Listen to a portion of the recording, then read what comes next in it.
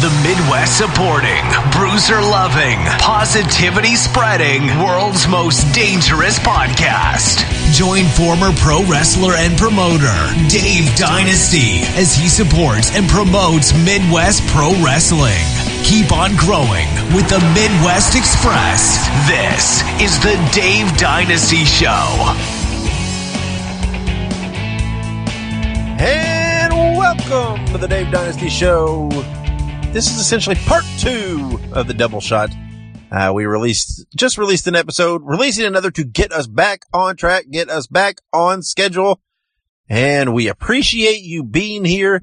We appreciate you supporting the Midwest Express and the Dave Dynasty Show in our mission, our purpose to support and promote Midwest professional wrestling past and present. You can do that no matter what. You do not have to be a Midwesterner to do this, right? You can appreciate us no matter where you are in the world.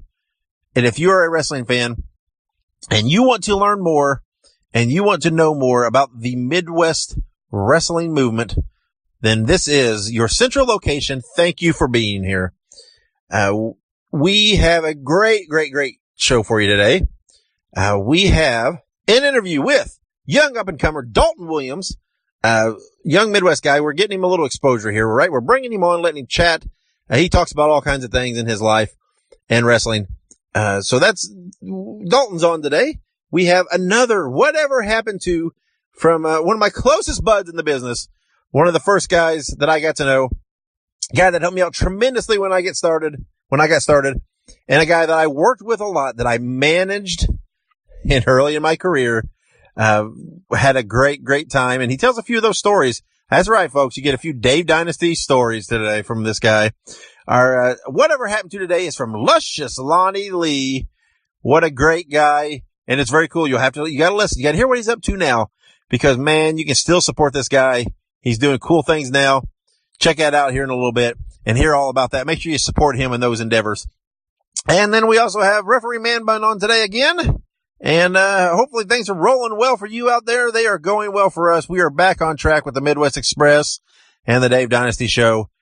You know what, man? I'm so excited for you to hear these interviews. I'm so excited to get into this. Let's just get rolling and jump right into it. Thank you for being with us. 1, 2, 3.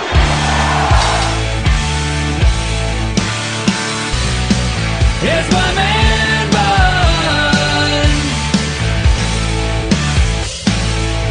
What's good, beautiful people? This is referee Sean O'Brien back again for another edition of Official Decision. Had a big week at IWA Mid-South this week. Had 2 big shows on Thursday and on Saturday. So let's go ahead and roll right on into it. On Thursday, IWA Mid-South presented Heartbreak 2018. This show, if you heard last week, was actually streaming live on powerbomb.tv. And actually now, if you go to powerbomb.tv, you can check out the replay, go back and watch the show. Your referees for the evening were myself and John Gray. We had 10 big matchups, and every match had big match potential. So I'm just going to hit some of the key matches throughout the night. MJF defeated Trey Miguel in the opener of the evening. Trey was forced to submit after I was accidentally knocked over. I was able to get my wits about myself, turned around, and sure enough, Trey Miguel was tapping out. So I'm not sure what happened. It was definitely a great matchup up to that point. We also had a styles clash between Jake Christ, Jake Parnell, and Ace Perry, taking on Marcus Crane, Dale Patricks, and JC Rotten in a total elimination Lucha Tag Rules matchup to decide a new number 1 contender. Ended up being, in the end, Jake Christ rolled up JC Rotten in a backslide for the 1-2-3. But this match was all over the place. It was wild and crazy. Of course, Jake Christ, Jake Parnell, and Ace Perry are pretty well known on the independent scene and for their strikes and their wrestling, whereas Marcus Crane, Dale Patricks, and JC Rotten are all good wrestlers in their own right, but they're known for getting a little hardcore from time to time, so it's a great match. We also had an epic house battle between Ace Romero and Larry D. Ace Romero actually ended up picking up the W against Larry D. I think a lot of people were actually kind of surprised because, you know, Larry D is quite legendary, and that legend definitely holds true in IWA. But I have a feeling this is just the beginning of what will be a great rivalry between these two. Alley Cat and Christy James went out there trying to take match of the night. These two tag quite often on the independent scene, so they know each other quite well. But in the end, Alley Cat ended up picking up the W after a huge headbutt. Michael Elgin ended up rolling up Manny Fernandez for a quick win. But Manny Fernandez put up quite a fight for his age. I'll tell you what. But just to be able to say that I refereed a match with Manny Fernandez, I still can't believe it. It's hard to believe that actually happened in 2018, much less happened at all. And I'm glad to say that I was a part of that. So shout out to the Raging Bull, Manny Fernandez. The unfortunate pairing of Pat Monix and Eye Candy Elliott, who are still your IWA Tag Team Champions, were able to defeat AJ Gray and Calvin Tankman to hang on to their belts. And in your main event, Mance Warner and Matt Riddle went to war.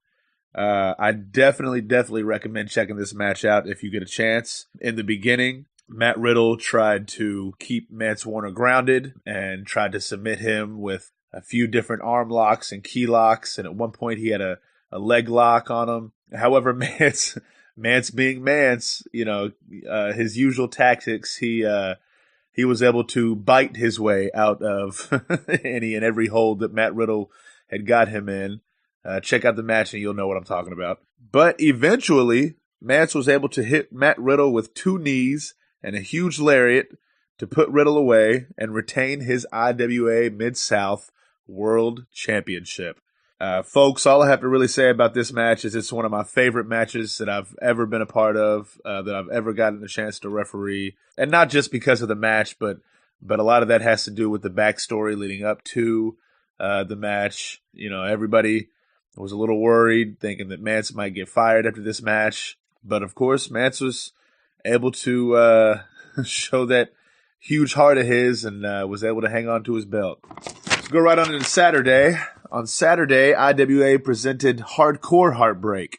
Your referees for the evening were John Gray, John Hughes, and yours truly, myself. The night started off with some words from your IWA champion, Mance Warner.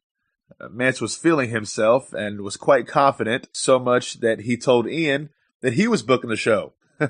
This, in fact, led to Mance booking a 6-man scramble to determine who will challenge him later on that night for his coveted IWA World Championship. And Trey Lamar ended up being the victor in said scramble. So Trey is going to take on Mance later on in the night.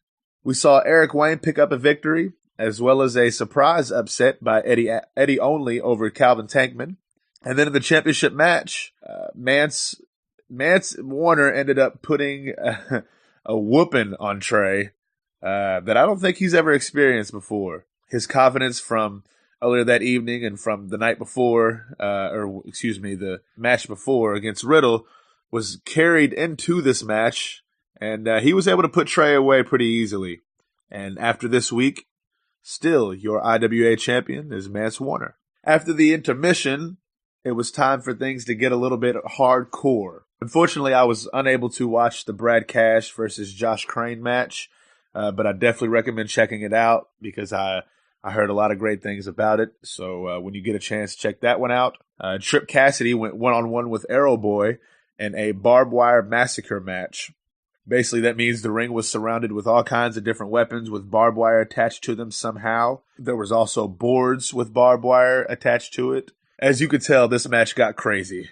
They were able to do all kinds of wild stuff with the barbed wire and the bats and all the fun stuff that was out there.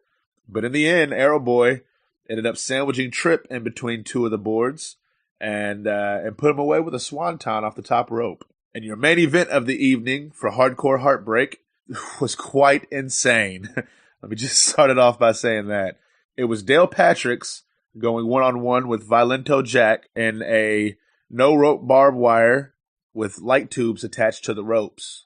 Yeah, so there, as you could tell, there was a lot of glass in the ring, around the ring. I've never seen in one match so many light tubes used before.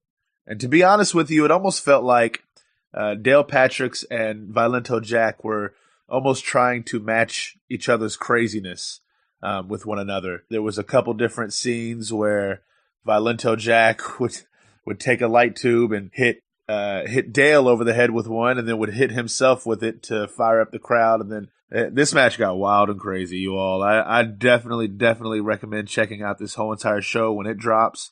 It is not out yet on Smart Mark Video, but as soon as it does, I definitely recommend checking it out. It's definitely not for the weak at heart. If you like things a little bit more hardcore, then I definitely recommend checking out this show. That leads us up into next week. Next week, IWA presents a triple shot. We have shows on Thursday, Friday, and Saturday. On Thursday, some of the match announcements include Jake Chris challenging Mance Warner for his IWA World Championship, Ace Romero going against Larry D once again, and a 2 out of 3 falls match. And also Nick Gage will be taking on Michael Elgin one-on-one. On Friday, we have some appearances from Gymnasty Boys. They will be in the building. Also Rob Killjoy, Shotzi Blackheart, Trey Miguel, Myron Reed. There's going to be all kinds of people in the building on Friday, so that's going to be a really good show. And actually on Saturday, we don't have any match announcements yet. However, stay tuned to the IWA Mid-South pages on Facebook or Twitter and Instagram, of course. Catch those as soon as they drop. Want to shout out Dave Dynasty, as always, for giving me this platform. And I want to thank all of you guys for listening. Hope to see you guys at a show. Wrestling fans, be sure to check out Ringside, the upcoming comic strip from Main Event Comics. Ringside will be a series of 3 strips telling stories from the perspectives of a trio of ringside reporters. Each arc will follow a wrestler and story, but don't be surprised if you see returns, crossovers, and surprises as the stories unfold. Main Event Comics is a branch of RCB Studios, and you can look them up and follow them on both Facebook and Instagram. Also, if you are a creative talent, contact Main Event Comics to discuss potential future commissions. Again, look up Main Event Comics on Facebook and Instagram and watch for the upcoming Ringside comic strips. Welcome back to the Dave Dynasty Show. I'm your co-host, Ike Isaacs, and today we are joined with yet again another amazing talent from the Midwest. We have with us Dalton Williams. How are we doing today, my man? Doing very well. And just to correct you real fast, I am Dalton Williams, but my ring name, my persona is Justin Myers. That's right. My apologies. We have Dalton Williams, right. aka Justin Myers. I'm kidding. Absolutely. There you go. Probably should have asked you that first. Most of the time I ask people because, I'm like, hey, would you want me to call you by your real name or your shoot name? Or I should say shoot name or kayfabe name or however you want to word that. But you guys can find them under that. Right. We'll jump right into it. So, Dalton, where are you from? So originally I am from Crawfordsville, Indiana, but I currently reside in Muncie, Indiana. Crazy small world. I too live in Muncie, Indiana. Really? small That's fantastic. world. Right on. So then, Muncie's a fantastic place. A lot of potholes. I don't know, man. But It's awful. It's awful. absolutely, my fiance goes, so it's absolutely awful. There's so many potholes, man. I can't. See, I can't even. Another small world because I'm a senior at Ball State. I graduate in May, so. Good Lord, it is such a small world. Right. I am shook. Shook to my core. No. Hey, but, Indiana's a small place, really. I mean, you look around, I know all these people that live in Indiana. I've been all over Indiana. I met so many people. It does not surprise me, honestly. But Yeah, no, it's insane because no matter where I go, I usually run into someone that I've met or know someone that knows someone that is, within the wrestling business or is wrestler within and of themselves. It's a small place within Indiana of itself. It's you always make the jokes because of our weather and our crazy weather pattern and stuff. I'm always like, we're kind of our own little island, but when you think about it, we kind of are. We really are. It's weird. It really is. But well, hey, so growing up in you said Crawfordsville, Indiana, is that right? Yes. Okay, I've been there a couple times, so I kind of have a good idea of where you're from there. But what was it like growing up in Crawfordsville? You play any sports?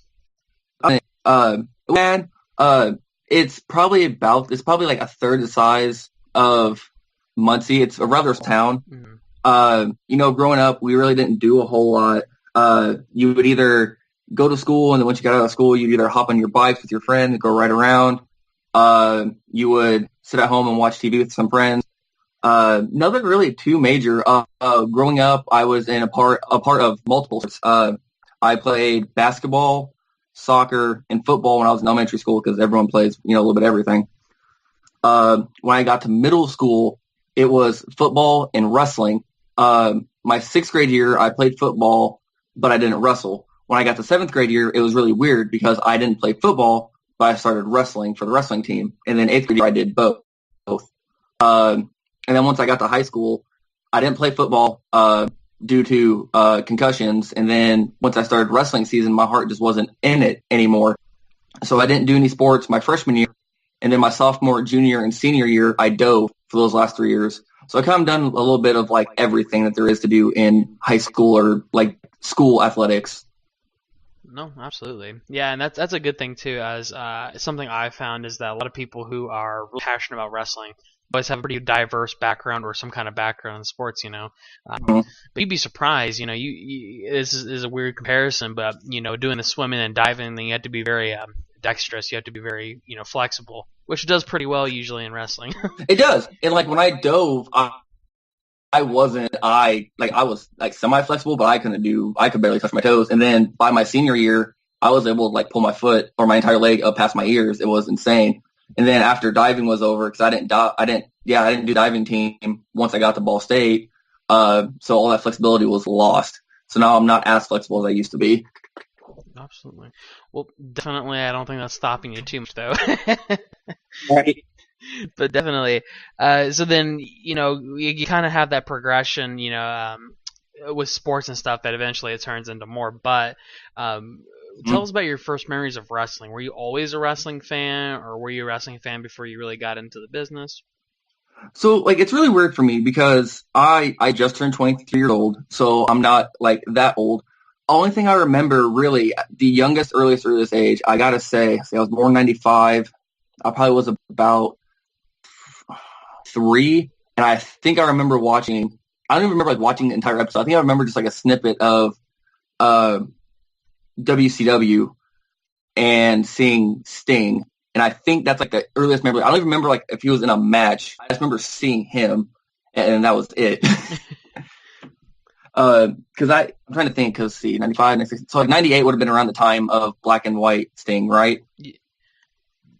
Yes, I'm trying to remember. That sounds about right. Because going off of that. So yeah, that's the earliest memory, and then fully paying attention to wrestling as a whole.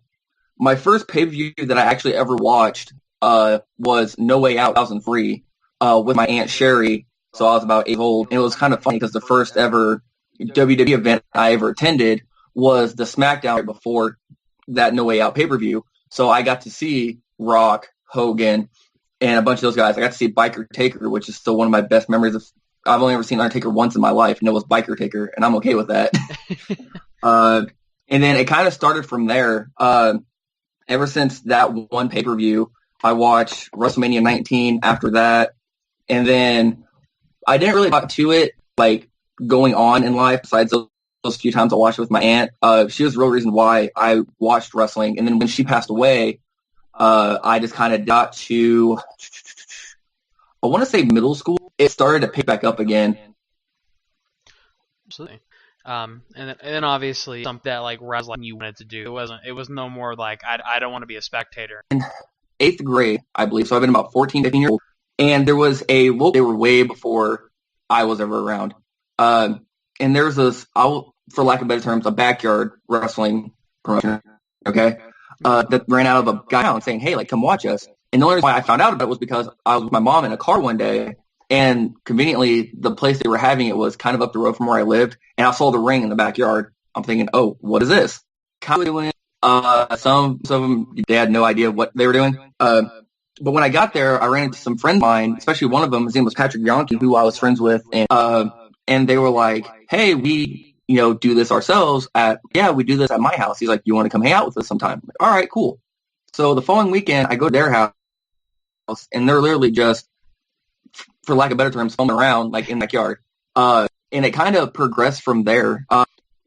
we found out that the guys that we had watched that one day in their backyard were actually kids that went to high school with my sister. Like, they all graduated there at one point.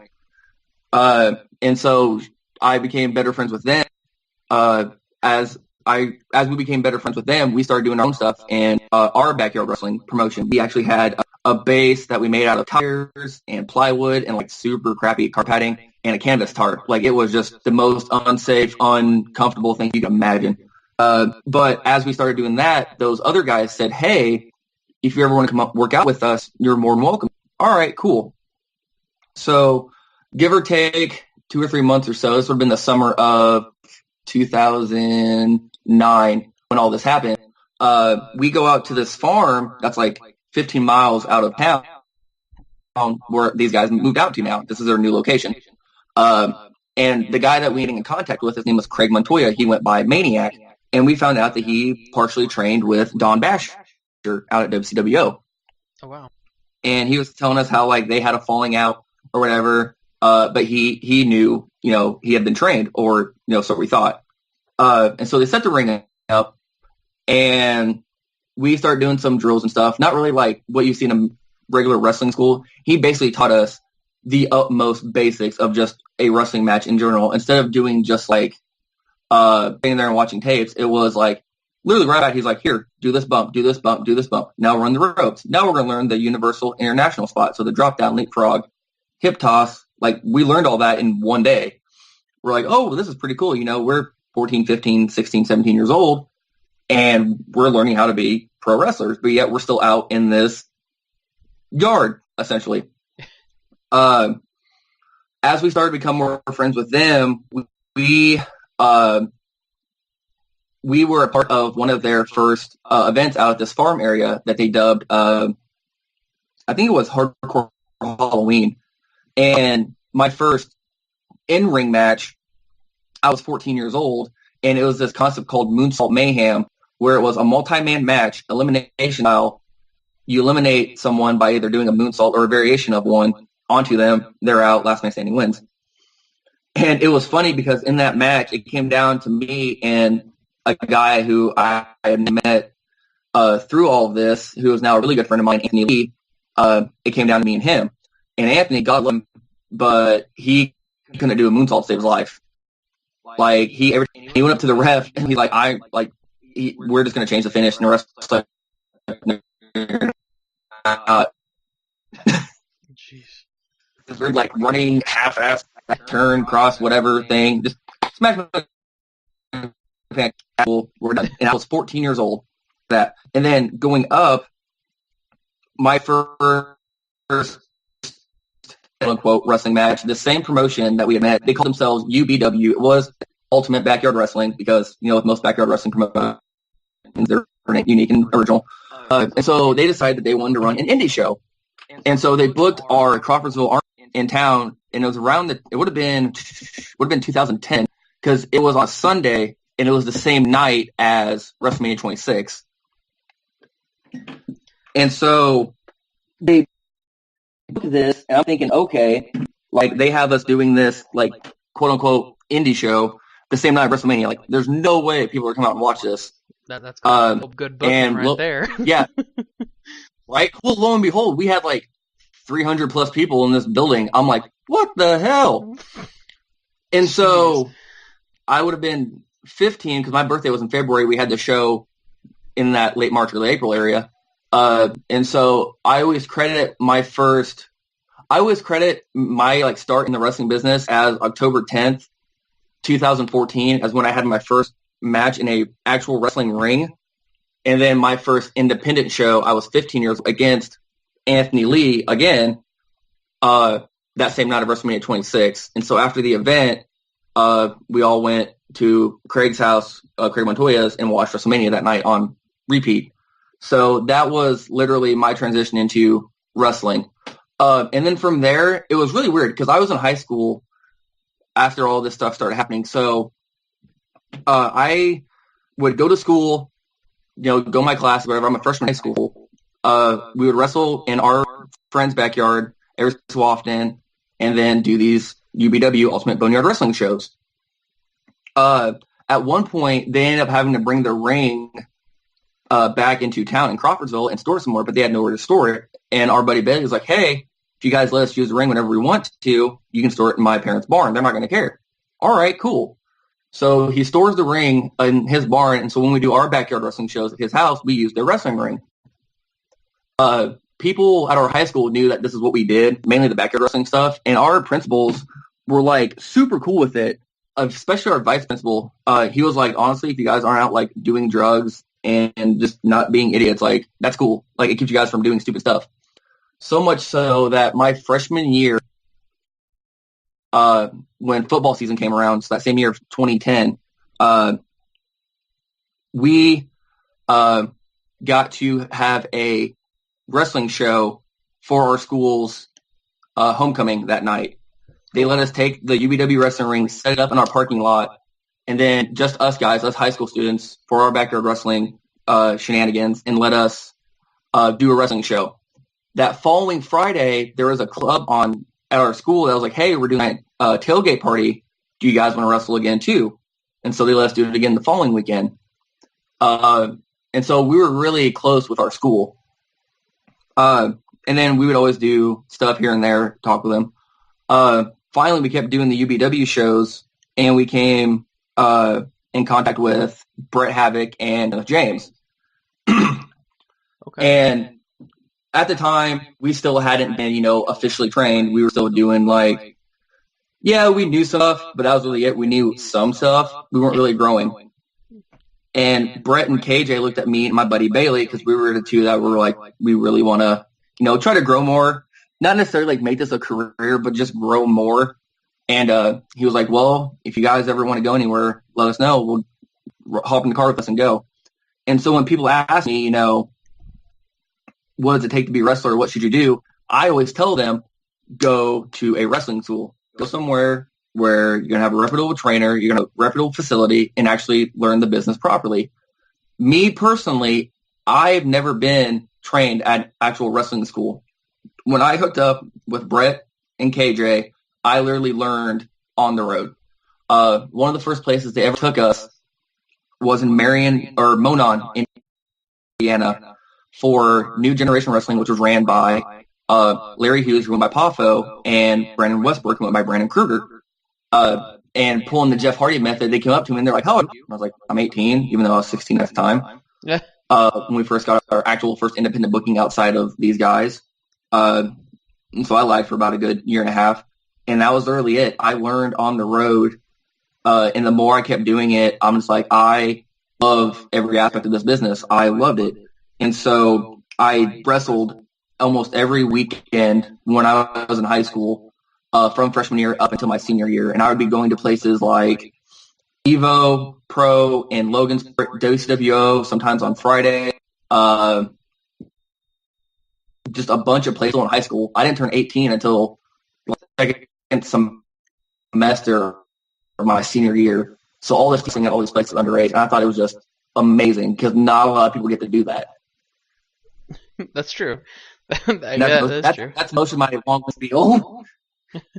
No, that's funny though, because you hear a lot about there was actually I see from backyard wrestling other than like broken bones, serious injuries. And see, it was funny too, because around the time I'm gonna back up just a little bit on my time periods, because I know I'm kind of jumping forward. But going back to my freshman year, Bailey. When I was a freshman, he was a senior. They were going to graduate, and they decided, like, hey, you know what, guys? It was my buddy Bailey, our friend Kyle, my friend Brock, who was also my buddy Patrick's brother.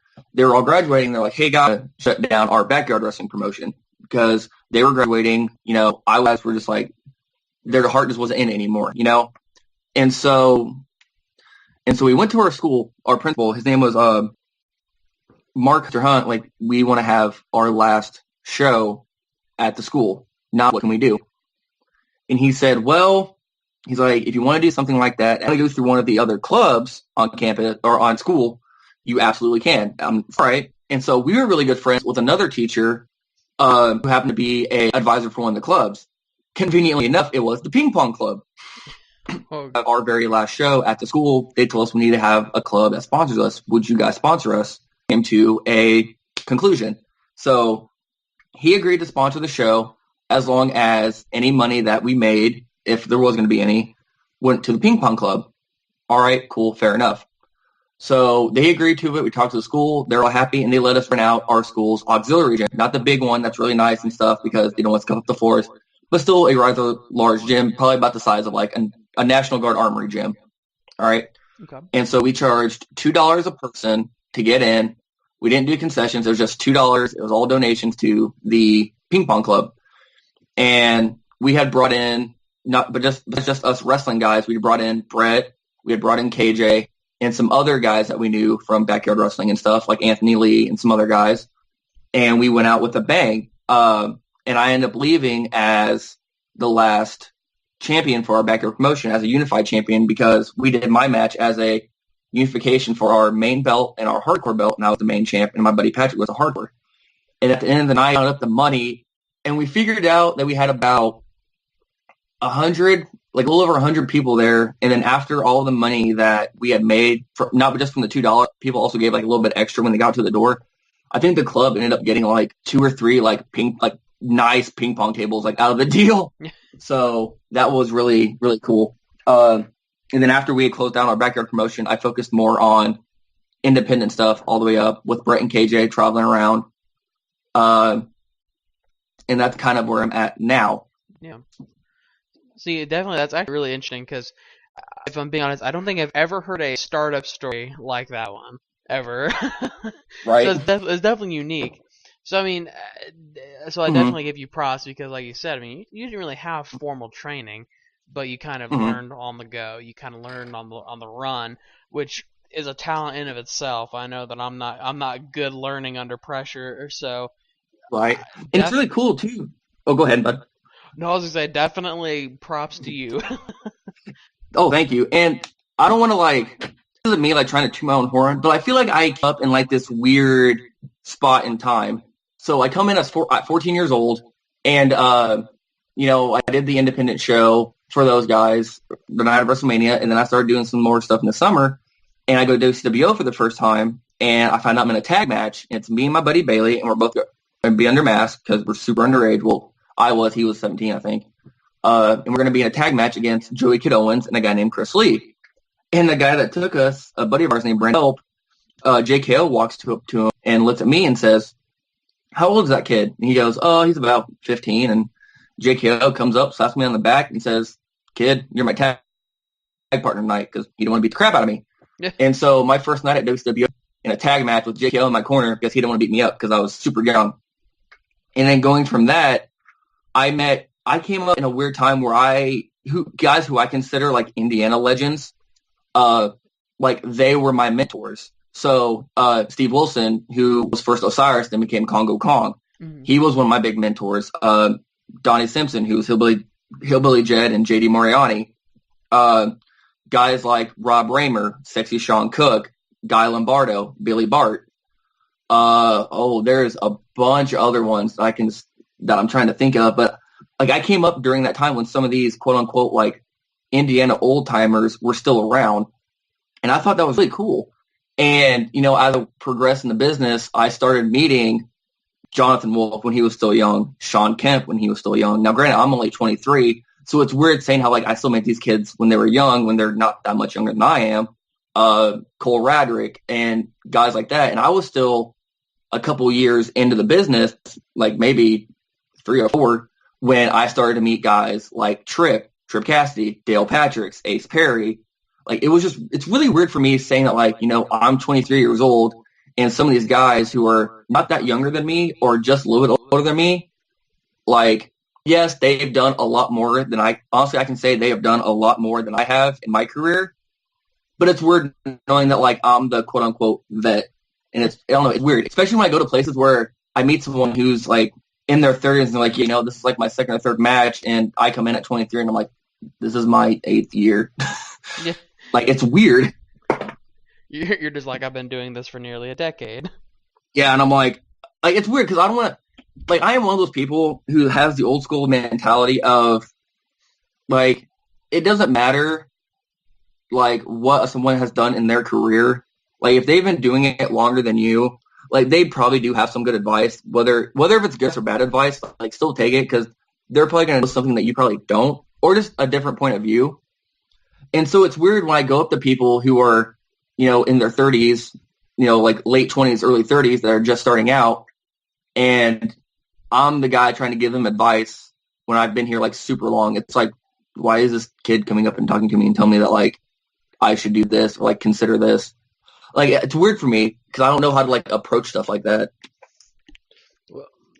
Well, definitely. I know something that used to be big in the wrestling industry is that age was like the thing. You're older, you've been here for a while, so you get the props and you get to do the mentoring.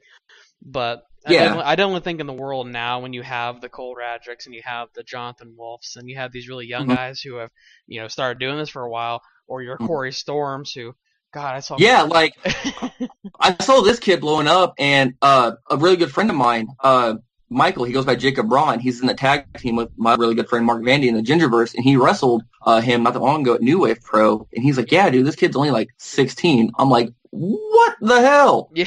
Like, now I'm the old guy. Like, what the hell?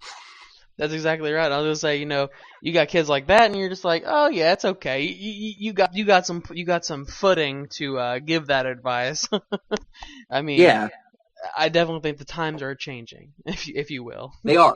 They are. I feel like, honestly, I started when I was like 14 years old. But I've seen some places where they're letting go 16. I know some places did 17. I know Billy Rock did sometimes. But definitely like 16, sometimes 15. When I first started coming around, I trained with Billy Rock for a little bit, like I think only a couple weeks, because obviously I was 15, 16 years old, so I didn't have the money to actually pay for wrestling school. But he's like, hey, if you give me like X amount of dollars when you come up, like you can hang out with us for the day. All right, cool. And so like I would go up and work out with guys and gals like, Sue Jackson and all of them, like when their class of School of Rock was either in the middle of their session or like near the end of their session. So that was really cool. But yeah, it's just weird watching kids like come up around the age when I did. And I'm not that much older than them. So I don't know. I definitely feel like times are changing though. No, absolutely. I think we definitely live in a time and age where, a lot of things are different now than wrestling was years ago. But one of those things is that, I don't factor anymore when it comes to experience, which is a good thing. I think that definitely can provide a good insight and a viewpoint on wrestling. But right. Another, I guess this also kind of leads into what I was going to ask you next, because I mean, independent wrestling is such a unique, such a unique beast, if you will. Right. It has a lot of weird things. Like, for instance, you would never see a 14-year-old wrestling in the WWE. Right. Much less a 16, 15, 18-year-old, right? So Jeff it's Hardy like, cough coffee, lied about it, cough cough. Right, right. So yeah, exactly. Unless you lie about it, Jeff Hardy, right? That's right. Right. But and that's the thing too, is that independent wrestling is amazing, but it's also really popular right now. So I mean, it's kind of on fire, and I think that's going to continue going on for years. But in your opinion, what do you think is the best and worst part about independent wrestling? Oh, I honestly feel like right now the thing about independent wrestling is it almost resembles like the territory days. Now, granted, I'm only 23 years old. I wasn't around for those times. I love wrestling history. My first paper I ever did in college was a thesis paper on how professional wrestling transcended from a legitimate sport to a theatrical freak show. And I referenced guys like George Hackenschmidt, Frank Gotch, and all of that. But I feel like it's starting to reminisce an old style of the territories, not necessarily like this promotion and this promoter own this part of the country and this guy owns this part. And it's more of like this part of the country is this style. This part of the country is this style. Down here is this style. So I feel like it's territories in the sense of not people owning it and running it, but the kind of wrestling you're going to see and the kind of fans you're going to have. Because if you're trying to compare, Hoosier Pro Wrestling here in Indiana, it's not going to be the same as like, Championship Wrestling from Hollywood. It's going to be two different completely styles of wrestling, two different fan bases. And I think that's really unique, especially with, I feel like the West Coast is more high flying, cinematic spot type of wrestling with, PWG, was it 123 out of Seattle, Washington, I think it is. That sounds about right. I could be wrong. But places like that, and then you go out to the East Coast where you still have, CZW. Where's the place in Virginia that a lot of people go? I can't even remember. But that's more of it's more of like a fight feel almost. Like you still have your spotty, but it's more of like you're gonna get more of a nitty gritty type of wrestling action. And then obviously you go down south and you're still gonna have your quote unquote Memphis style wrestling. Which funny because one of my really good friends and mentors, Ollie Tharp, who's been a referee for ever in my eyes, he's like, it's funny hearing people talk about like the Memphis style because back in the day it was just wrestling. Like, so definitely like down south of that. And then here in Indiana, I think you get a weird like hybrid of things. I feel like you get a hybrid of Memphis and a hybrid of like the spot theatrical. I don't know. I think it's really weird. It depends on where you're at. If you're like in northern Indiana, where like Black Label Pro is and Heroes and Legends, you get more of the theatrical. And if you go down south, it's more of the old school style, Memphis style wrestling. So I think that's really cool. But yeah, I feel like independent wrestling is set up in a territory style right now. I think that's really cool, and it's also really good. Really good. The bad thing I hate about independent wrestling right now, which, most people gripe about, and I don't want to be, that guy that gripes about it, but I'm going to anyway, is with all the good, you're going to have all the bad. And so with all these great wrestling promotions that are out there, you're going to have the not so great. And I'm not going to say that like, any promotion is like bad or terrible, they shouldn't be there. It's more of like, I feel like they don't put in the time or like the effort to like think about what actually should go into a wrestling show. And same thing with like some of these guys that I've met and seen that are quote unquote trained. Granted, who am I to say that, you should get trained because I learned on the road. I did it as I went. Yeah. But some of these guys are just coming in and they're literally not knowing what to do. So I feel like you're getting promotions and people that just aren't quite there yet and just don't quite get it. Like it's not clicking, and they're still trying to like run like a PWG or a Ring of Honor where they're charging 15, 20, 25, 30 bucks a wrestling show, and they're only getting. It's basically like if you're paying PWG prices, but then you're watching $5 wrestling. Like if that makes sense. No, I definitely agree. I think that's one of the worst things too. And I remember I interviewed. He's a promoter too. His name's Cody Hawk. Okay. Yeah, he was talking about, he was like, not, I think his exact words were like, not every motherfucker can be a wrestling promoter or something. Exactly. It's funny too, and this isn't like, this isn't like to point anyone out specifically, like, not to like point fingers, like calling anyone out, but I was at some place, and I remember the guy he's basically the owner and the promoter, and he had just taken over for the promotion, and you could tell he didn't really know anything, because he was like, who would have thought that like 3 months ago I'd be owning my own wrestling promotion, and like now I am. I'm like, oh no. So that's the thing too. So there's so many wrestling promotions too. So it's like, you're like, okay, mm-hmm. which one is good, which one is bad? Do they know what they're doing? And you just kind of have to roll the dice. Well, it's funny, too, because we were talking about that. I had a show last week in Crawfordsville for New Generation Wrestling, because that's where they run out of now. And that's exactly what we brought up. We're like, there's so many out there. It's like, what, in Jeffersonville, there's 4 or 5. In Columbus, there's 2. In Shelbyville, there's 2. Up in, like, the northern, like, northwest Indiana and the Chicagoland area, there's quite a few, like Black Label Pro, and some others, like, not necessarily in the same town, but the area. And so, like, yeah, again, it's like you think everybody can do this, and they're all running in the same town. Like, that's the one thing that would kill a town, in my opinion, is you having all these promotions run literally in the same town, if not within, like, 2 or 3 blocks of one another on the same night. No, yeah. I remember in Columbus, there's a couple promotions down there. I know AW and, like, Merge. I know those two. Mm-hmm. I've seen them conflict a couple times, and I think to myself, yeah, that's got to be hurting somebody somewhere. Mm-hmm. Exactly. But definitely, that's actually something I've talked about a lot too. Is with other people is like, not everybody can do wrestling promoting.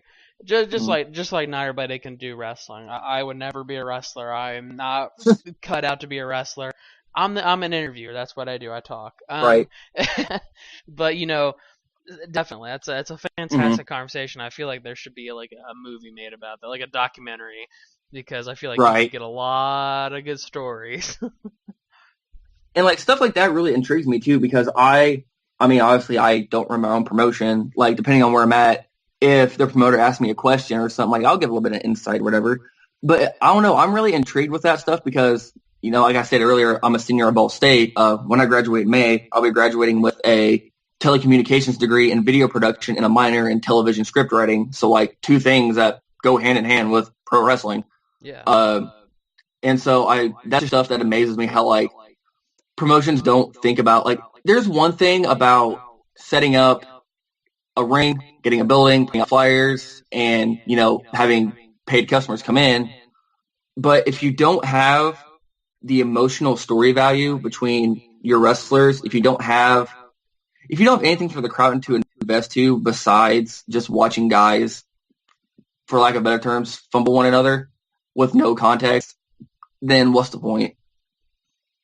Like, that's not a wrestling promotion. It's just you're paying guys just touch each other. My brother, he likes to say, oh yeah, he's like, I love to go watch half-naked men wrestle around in a ring all sweaty. I'm like, if you want to describe it, I like that. Yeah. And that's basically what it is. If there's no in-ring psychology, it's just two people in a ring throwing each other around. Exactly, that's all it is. But, oh dang. I just think about it and I'm just like, you know what? If Logan, my brother, if you're listening, you know what? Right, you're a little pigeonhole into fame there. So we've gone all over the place with us. I mean, we've kind of jumped from, your career to, talking about promotions and talking about, all that stuff. But I've always like to ask people, because it's a good way to kind of platform themselves, is do you have any shows coming up, and where are you working now? So right now, I'm not working as much as I was back in my early career, because obviously, once everyone up there, boom, boom, boom, boom, boom, boom, boom, going everywhere. Right now, I mainly stay within the Indiana area. Yeah. That's just because for me, my schooling, especially in high school and now in college, like, they always say have a backup, and obviously you can't promise anything in professional wrestling. You have to bust your ass to get where you want to be. So I don't do as much traveling as I should be. That's because I want to focus on my schooling. That once I do graduate, in May, I tell myself once I graduate in May, I'm like, it's on, let's go, game on. So right now I'm mainly working places out of Terre Haute, New Generation Wrestling, which is my hosting based out of Crawfordsville. I've done Emerge a few times here and there. New Era down in Shelbyville. And I think that's about it, really. Actually, yeah, that's pretty much about it. Fair enough. Right now, as upcoming shows, I don't have anything the first week of March, because I'll actually the first of March, because I'll be on vacation. A little R&R. Oh yeah. The weekend after that, March 17th, I will be in Shelbyville, Indiana for New Era. The weekend after that, on the 24th, I'll be at UWC in Homer, Illinois. And then on March 31st, I go back home to Crawfordsville for NGW. And then it's pretty much that same formula in April, except for once April comes around, NGW, I feel like it's having a milestone, because independent promotions come and go. Oh, yeah. Some of them, they last for a show. Sometimes they last 3 months. Sometimes they last forever, like Who's Your Pro in Columbus. Oh, yeah. Because what, 18, 19 years now? It's insane. I don't know how Jared Wilson does that. I don't. AEW is running their 10-year anniversary of Crawfordsville on April 28th. And that night, as a special appearance, they'll be competing in the ring. We're bringing in the Rock and Roll Express, Ricky and Robert, which, everybody says that once you get to a certain age, like, you don't draw money like you used to. With those guys, you can't dispute that, because they've been making a living out of this business for 30 plus years, just doing tag team wrestling. And so for people to say that, those guys can't hang anymore, I would like to see them try to hang with Ricky and Robert. They're also doing a seminar that same day, April 28th at 3 p.m. For tag team wrestling. Even if you aren't in a tag team, it's still a good thing to learn, especially from those two guys. It's $40 a person. It's from 3 to 5:45, April 28th in Crawfordsville at the National Guard Armory. Absolutely. So, wow, that's really cool that the Rock and Roll Express, I mean, like you said, I've seen them do in-ring stuff even like more recently. I mean, you're right. I mean, there are very few people who can keep up these days, but hey, they still got some spark going. They still got it going. That's it's more than I can say, right? Oh, yeah. But, that's fantastic. It's good to hear you still out there working. You guys know where to see them in the coming weeks, so I expect everybody who's listening to be buying tickets. Anyways, so a little bit more, as we kind of wind down, we kind of want to get to know Dalton Williams, who he is behind wrestling. So what's one thing most people don't know about him? Fans, I should say. Oh my gosh. Well, behind the scenes, I actually do a lot of video work. With being in college, I do a lot of that. So I actually right before this interview, I was a floor directing a show on PBS called Connections Live. It's a show that comes together at Ball State. We air once a month where we go out and we film video packages, and the whole tagline for the show is ordinary people with extraordinary stories. And so we try to go out, because my philosophy is everyone has a story to tell. So what makes yours unique? We've interviewed, many men and women. I've done one on the city of just Bern, Indiana as a whole. I interviewed an historian out there. And he was telling us about like the Swiss roots that's out of Bern, Indiana, because they have a very big Swiss Amish community, and the whole town looks like old Swedish architecture. We've interviewed a gentleman who held the Guinness World Records for the largest Batman collection ever. We've done a lot, and we also do our sentimental stories. We did one about a soldier who came back from combat who uses his PTSD and converts it into very beautiful artwork. And so we try to go out and let very extreme people tell their extreme stories. Because I don't know, it's nice seeing what else is out there in the world. It literally could be anything from, we interviewed a guy who currently has the Guinness World Record for the world's largest ball of paint. With generic, like, I'm going on the road to go see the largest ball of twine. Like, in Indiana, the Guinness World Record for the largest ball of paint, like, is in our state. All the way to, we did one today about a girl at Ball State who just got a grant to write, produce, choreograph her own dance show. And, like, that is her thing her entire senior year.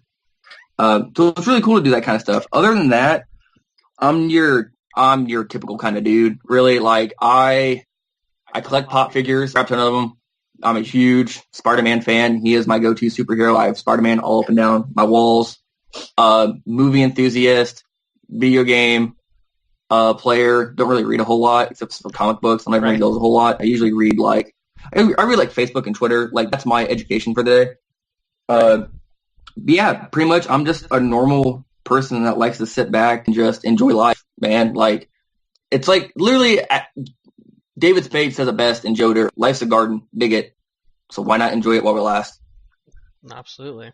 The words have never been spoken. Never I ever said I'd take a quote from Joe Dirt, but I would take that. A lot of people don't think about that, but Dirt is a great movie. So fun fact for the Dave Dynasty Show fans, I too am a movie enthusiast. I too am a comic book nerd, and I too play video games. But I love movies that are like super goofy, but like I have a special place in my heart. Like, for instance, like Waterboy. People talk so much. Love Waterboy. Yeah, people are always like, oh, it's just a movie about some stupid football player or whatever. I'm like, oh my god, come on, watch Waterboy and tell that is not some grade A good stuff right there. Exactly. And I love movies that have good underlying messages in them. And my favorite example of showing someone, like, if you want to see a movie that is so far out there but has a good underlying message, is South Park Bigger, Longer, and Uncut. Because the entire movie is about, like, censorship and all that stuff. From, like, people don't think about that because they're like, oh, it's just South Park. It's just a South Park movie. It's like, no, this has a great message about censorship and all that stuff, and, like, how people should deal with stuff like that. It's really well done. I mean, I love South Park, and I've seen that movie, and I've always heard the commentary about that. And I mean, you can't tell me that the creators of South Park are not just the most absolute politically driven people. What is it, Trey Parker and Matt Stone? Didn't they make like a, obviously no need to offend anybody out there, but didn't they make like a play about the Book of Mormon and then just trash the Book of Mormon? Yeah, and well, it's funny too because they did the South Park movie, and then I know we're going like way off topic. So they did that. They did Team America, which was about, like, you know, America's like politically charged everything. And then they do Book of Mormon, which people are thinking, oh, this is just them trying to do whatever. And my girlfriend, who is a really big fan of Wicked, when she found out that, like, Trey Parker and Matt Stone did a play, like, yeah, they did Book of Mormon. They're like, how well did it do? And come to find out, like, it won more Tony Awards than Wicked. Like, that just set her off. She's like, how come these two guys, like, most Tony Award wins ever and Wicked doesn't? They literally just, they wrote a trash piece about the Book of Mormon, and they won a bunch of Tony Awards. That just blows my mind. Exactly.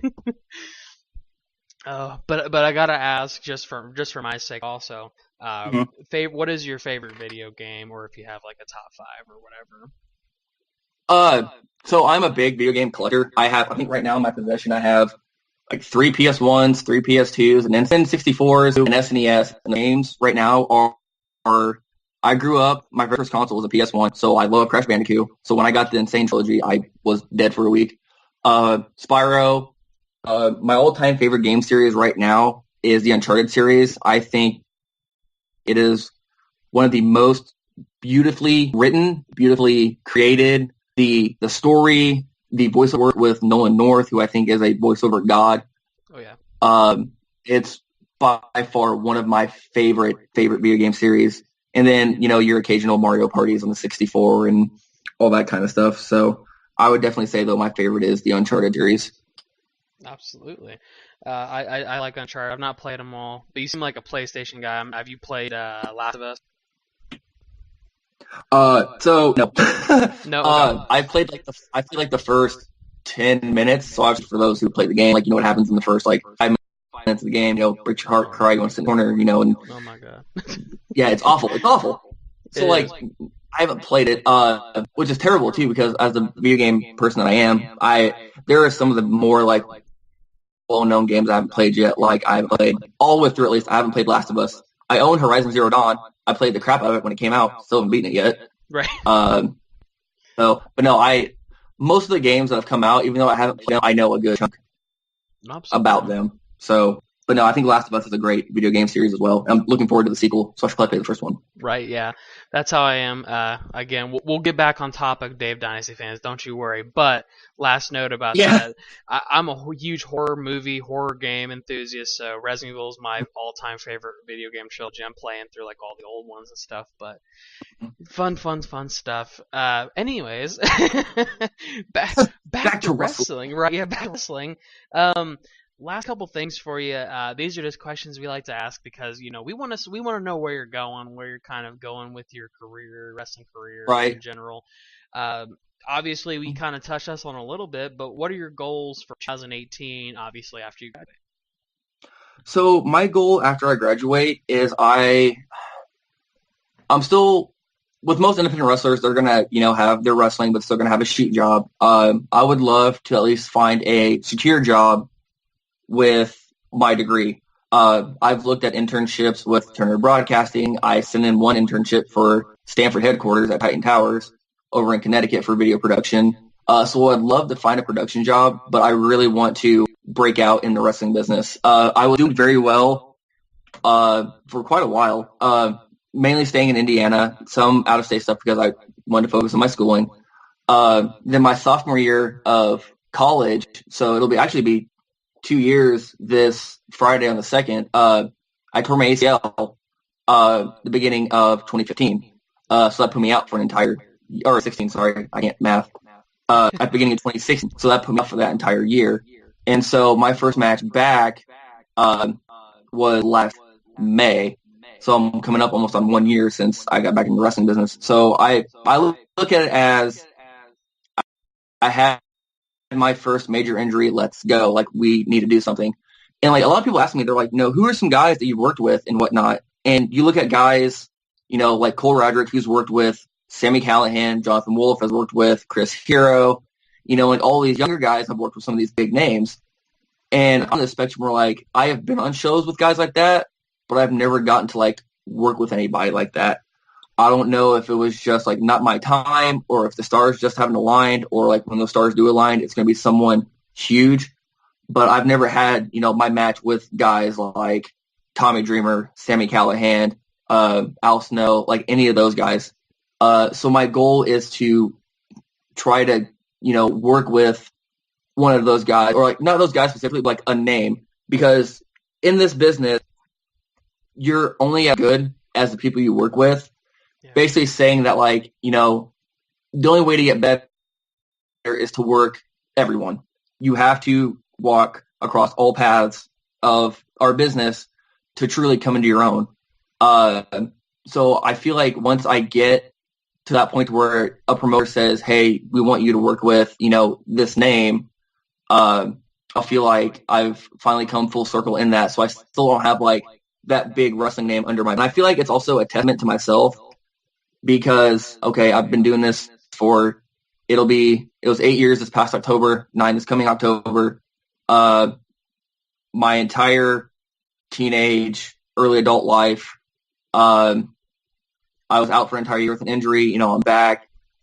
And so it's like, I feel like that time is coming. So I need that, not only to like have that full circle, but I needed to prove it to myself.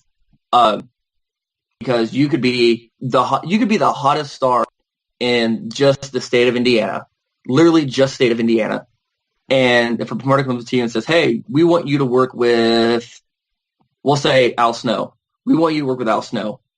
And you have that match with Al Snow, and he's like, he basically just starts like dressing you down, like, you did this wrong, you need to do this, like, then you don't mean anything. Not saying that like you need their approval. It's more of like, if you can't hang with those guys after doing this for so long, then why are you still trying to hang, if that makes sense? Nope, makes perfect sense. So that's definitely my goal. Is I want to, once I graduate, you know, if I don't get a job in my field, that's fine. I definitely, everyone who crosses in the wrestling business, you know, we'll say 90% of them, because not everyone does, but 90% of them want to make wrestling a full-time career. I know guys that have walked out of their shoot jobs, like literally they sit there and like, I don't want to do this anymore, and just leave. And then like, yeah, I'm wrestling full-time now. And like they live off their independent wrestling bookings. So I would love to make wrestling a career. So once I graduate, get out, try to make a bigger name for myself, try to work with some bigger names, try to get to some big promotions. And obviously not everything goes as planned. You know, I brought up Congo Kong earlier. I always credit Kenneth James and Brett Havoc as like the two guys that quote unquote trained me. But Kong was really the guy that got me going again after my knee injury, because that's who I started working out with up in Fort Wayne as my rehabilitation. And every time I talk to him about it and we talk about life and wrestling, whatever, I always tell him that, like, you know, he's in Impact Wrestling. It doesn't matter how you get there as long as.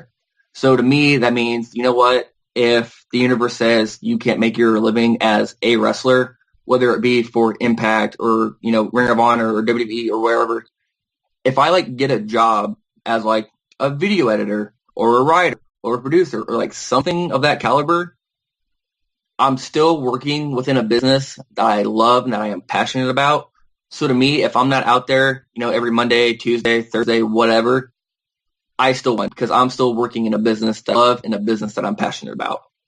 So my goal is to definitely blow up within 2018. Very big goals, but I definitely feel like you're going to do it. I think we're going to pretty much drop it on that note, because that was fantastic. So last thing That's for fine. you, let's say I said there's nothing, you're nothing that's gonna be stopped at. But last note, social media. Do you have a social media where fans can follow you, keep up on your day to day, check out your bookings, where you're gonna be, all that good stuff? Absolutely. Just quick disclaimer. I'm trying to get better about this. I am the absolute worst when it comes to social media. Like I'll post something on my Facebook fan page about like, hey, like I have this booking coming out this weekend, like, come check us out, whatever. And then I'll know the next weekend, like I do have a booking, but I won't post about like that next booking until like 3 months after it's over. So I'm trying to get better about it. It's just being a college student, working on video shoots, being on the road. It is hard to keep on social media, but for those who do want to follow my social media and follow the wackiness and all that stuff, on Facebook, just look me up under Justin Myers. You'll see my promo picture. That's my actual Facebook fan page. If you want to hit me up on Instagram, it's my real Instagram. It's Dalton Williams 37. It almost looks the same as my Justin Myers Facebook page. Twitter, it's at Justin Myers 37 because I'm a big Kevin Smith fan. Oh. And 37 resonates huge in his film universe. And then I just hopped on to, I think it's Vero, Vero. And same thing, look me up under Justin Myers. You'll find my promo picture. And like I said, not the best about posting my social media, but I'm getting a lot better about it. I'm up to like 2 tweets a day, so give or take. So yeah, definitely follow me on those journeys, not only for the wrestling aspect of it, but I mean, not to toot my own horn, but I'm a pretty funny guy. Like if you go through my Twitter feed right now, it's like 90% retweets of the song Africa by Toto because I'm in love with that song and I think it's funny. So that's a meme, man. If it's 90% of my retweets are Africa. It is. There's a Twitter called Africa by Toto bot where all it does is tweet like individual lyrics of the song, and I just like it and retweet it because my goal by like this year is to try to retweet the entire song in order. I commend you on your journey. Right. Come crack open a cold one and let Old Manser tell you a story. King of Big Dog Style, Laird to Light Beer, the King of the Trailer Court, your favorite wrestler of mine, me. This is Warner's Wisdom with Mance Warner. All right, people, here we go. Red light on. That means Old Manser out here. Now, let me run through all the nicknames real quick. Hold on, Helen. I'm doing the podcast right now. My cats always get wild out here. Here we go. Old Messer, King of Big Dog Style, the Southern Psycho, King of the Trailer Court, knee pad up, knee pad down, dramatic pause, dramatic pause, dramatic pause. Old Messer, I got a cold. I'm sick as a dog on here. I'm gonna make this short sweet. Oh, you said I missed a couple nicknames? Laird to Light Beer, Southern Psycho, King of the Trailer Court, Mr. Pop-Up Headbutt, knee pad up, knee pad down, oh yeah, Old Manser, the 60-minute Manser. You know the whole deal. Here we go, people. We're back at it again, another edition, Warner Wisdom, Old Manser, Warner Wisdom right here on the Dave Dynasty Show. Now, the best part of the Dave Dynasty Show, let me get that in there too. Here's the deal. Y'all know, Old Manser, get on here. I give you advice. I give you wisdom. You can take it. You can leave it, whatever it is. The first piece of advice for today is head on over to ProWrestlingTees.com. Buy yourself a beautiful Laird to Light Beer t-shirt. Old Manser said it's great. Old Manser don't lie to you. It's a beautiful shirt. It's black. It's white. You can get it. Cut the sleeves off. Leave the sleeves on. I don't care. You will love it. Old Manser don't lie to you. Go get one now. Actually, I don't know if you could change the color on them t-shirts. I know you get it a cutoff, you get a tank top, I don't know. I don't think you change the color. You can check out on there. I don't work for Pro Wrestling Tees, man. Now, here's the deal. IWA Mid-South, Old Manser, 2-time IWA Mid-South champion, current reigning IWA Mid-South champion. Old Manser stepped in the ring with Elgin. Big Mike, Old Manser, had a 60-minute matchup. Classic, baby. Then we had another matchup. That was about 45, 50-minute matchup. A lot of people have been asking Old Manser, what can I do to get my cardio up there, baby? So Old Manser, I'll give you I'll just give you one good tip. One good tip on here. Short and sweet to the point. Here we go. Old Master learned this tip in the big house way back in the day. A lot of people out there, people work all day, then they go to the gym. That's good. You should go to the gym. Here's the deal. A lot of people spend a whole lot of money on these pre-workout deals, right? They spend 30, 40, 50, 60, 70 bucks on these big old jugs of pre-workout. That's supposed to get you all hyped up and get you running around and acting like a fool up in the gym. Bear with me. Old Master's sick on here. Helen back up. Jesus Christ. Now, as Old Master was saying, a lot of people spend a whole lot of money on this pre-workout deal. You throw it in, this little powder, you throw it and mix it in with the water, you drink it, then you hit to the gym, right? Here's the deal. When you take that, your whole body start itching. You look like a damn crackhead. It don't hit you for 20, 25 minutes sometimes. Sometimes you up in. Some people just get too tired, man. They got to work all day. They got to pay them bills. They got to clock in. They got to clock out. They get tired. They get to the couch. They pass out. They don't go to the gym, right? They got to try to work on that cardio. Here's the deal. This is what you do. Like I said, Old Master learned this a long time in the big house. I know everyone probably got some sort of drink in the fridge, or you go to a gas station, hit up Aldi's, get you some sort of dark beverage, baby. I'm talking Dr. Pepper. I'm talking Pepsi. I'm talking Coca-Cola. Maybe you want cherry Coke. Maybe you want cherry Pepsi. I ain't out here to pick and choose for you on which one to get. Just get some sort of dark soda pop, baby. Some sort of Coke, soda pop, whatever the hell you go get, right? Get it. Very simple. You take that. Run up into Aldi's, run up into the Dollar General. You know, Master ain't shopping at no damn Walmart, man. I go to the cheapest place I can find. Cause that's the best place, baby. Now, you go in there and get some instant coffee. You take that instant coffee. Don't put this in your shaker either, man. You gonna stack your shaker up. You got your protein powder shaker. Don't fuck with the damn shaker. Just take a coffee cup or some sort of mug or some sort of, and also don't take your beer mug either, man. You don't want to get no damn instant coffee up in that son bitch. Now, take it, throw that instant coffee in there, right? Boom. Couple scoops. All right, once again, this is how you want to measure it, man. Old Master don't get out here and tell you exactly how to do nothing. And if I do tell you exactly how to do it, you better do it that way. Now, on this one, just kind of, you can free ball it, test with it, be a little scientist if you want to. Take that, throw a couple scoops of that instant coffee in there, right? Get that instant coffee up in there. Next, take your soda pop, man. Pour some soda pop on top of that instant coffee. Very simple. Now, mix that up. Dramatic pause. Now drink that bad boy. That's it. It ain't gonna taste great. It ain't its purpose, baby. You mix that up, drink it, boom. Now I'm not saying fill it to the damn tippy top of a big ass mug. You know what I mean. Pour some Coke in there, mix that up, drink it. When you drink that bad boy, you gonna feel some energy hitting you.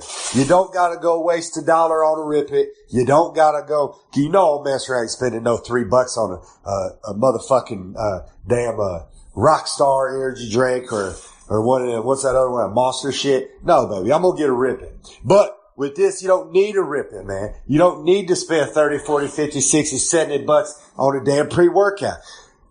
If it works in prison, baby, it's gonna work in real life. Energy, simple, instant coffee, couple scoops, 1, 2, maybe 3. I don't know what you gonna need. Throw it in there. I always do 1.5, sometimes 2. Boom. Throw that soda pop on there, baby. Mix it up. Take that to the dome. Boom. You ready to rock and roll. Get up in the gym. Get on that machine.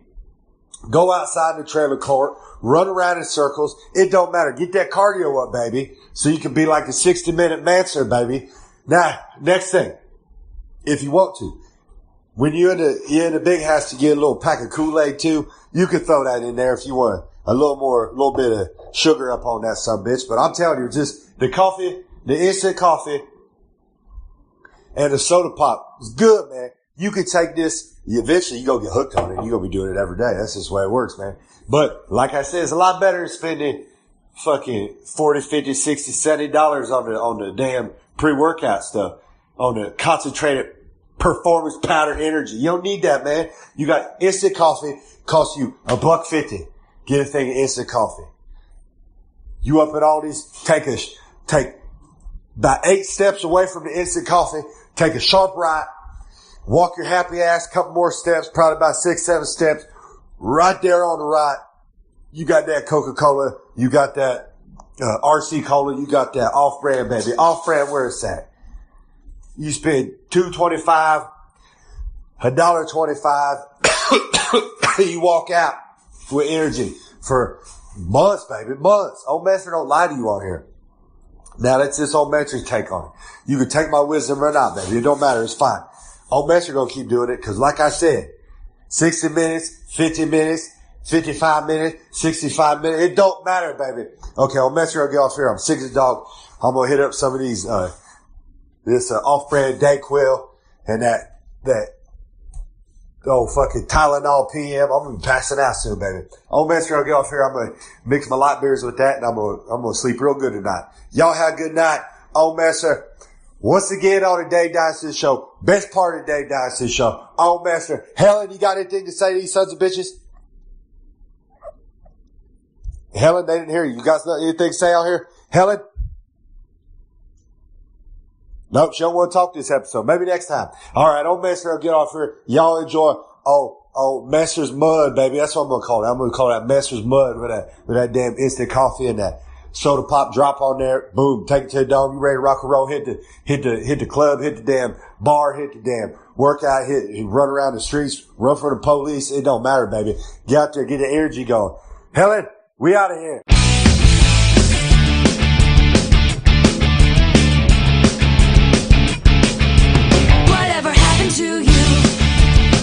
And we're back with Whatever Happened To, the segment where we catch up on some often overlooked names from Midwest Wrestling's past.